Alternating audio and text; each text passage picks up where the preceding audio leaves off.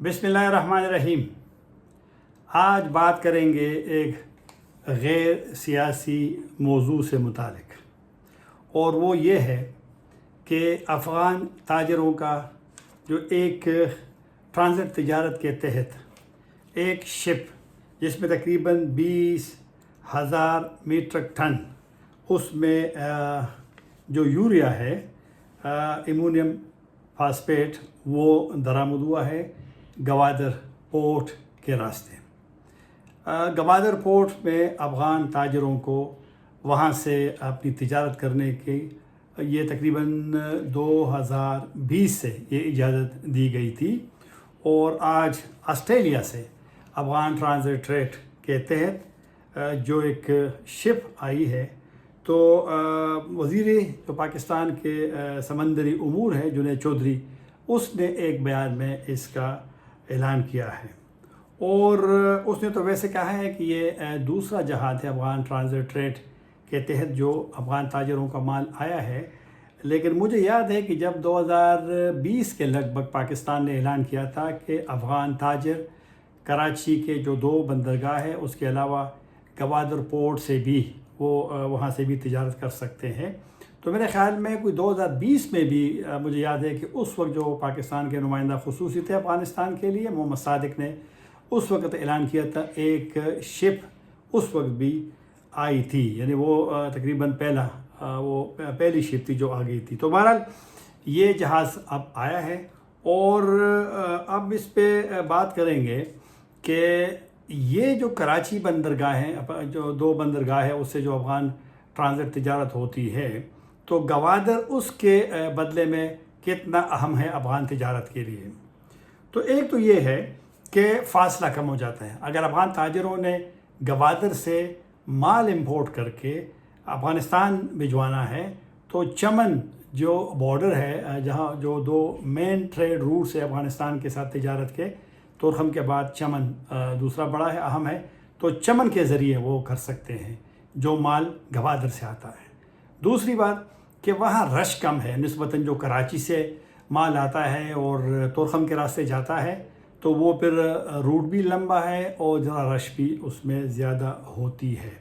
तो जब फासला कम हो तो आपके जो ट्रांसपोर्टेशन है उसका पैसा जो है वो मैंने उसकी कास्ट भी कम होती है, वक्त भी कम लगता है। पाकिस्तान के लिए भी अहम है। गवादर में एक और है अफ़गान ताजरों के लिए जो सहूलत है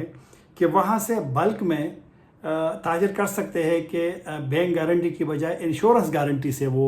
माल वो दरामद कर सकते हैं। तो ये भी एक सहूलत पहले से पाकिस्तान ने ये ऐलान किया था कि गवादर से अफ़गान ताजरों को ये सहूलत हासिल होगी। बलूचिस्तान के चूँकि एक महसूस हालात हैं, तो उस वजह से पाकिस्तान के लिए भी अहम है कि अगर गवादर में कनेक्टिविटी होती है, तिजारत होती है अफ़गानिस्तान के बाद, मुमकिन है कि दीगर ममालिक भी, तो ये बलूचिस्तान के हालात के लिए भी मेरे ख़्याल में उस पर भी मुस्बत असरात ये डाल सकते हैं। तो अब देखना है, क्योंकि ये तो वैसे जो ट्रांज़िट मुआहिदा है, बल्कि एक बात और भी करूँ कि पाकिस्तान अफ़गानिस्तान के साथ जो 1965 का ट्रांज़िट मुआहिदा है जो 2010 में उस पर नज़रसानी हुई थी,